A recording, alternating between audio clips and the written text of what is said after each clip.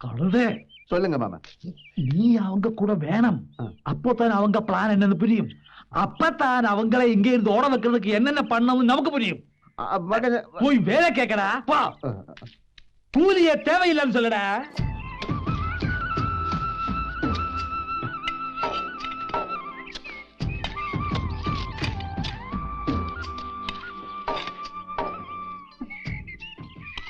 ഞങ്ങളുടെ വീട്ടിലെ കിണറിന് ഒരു 10-15 കോല് താഴ്ച വരും. ഇത് 15-ലും നിൽക്കുമെന്ന് തോന്നുന്നില്ല. എങ്കിൽ പിന്നെ നിന്റെ അപ്പം തന്നെ ഒന്ന് കുടിക്കേണ്ടി വരും. കണ്ടോ ആനി, എന്നാ പറഞ്ഞാലും ഒടുവിൽ എന്റെ അപ്പനാ തെറി.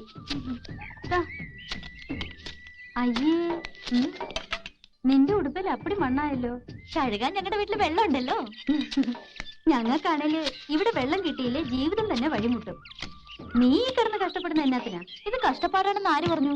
അവസാനം കൂലി വേണമെന്ന് പറഞ്ഞിട്ട് ഇങ്ങോട്ട് വന്നേക്കരുത് കേട്ടോ. അത് ഞാൻ എനിക്ക് തോന്നുന്ന പോലെ ചെയ്തോളാം.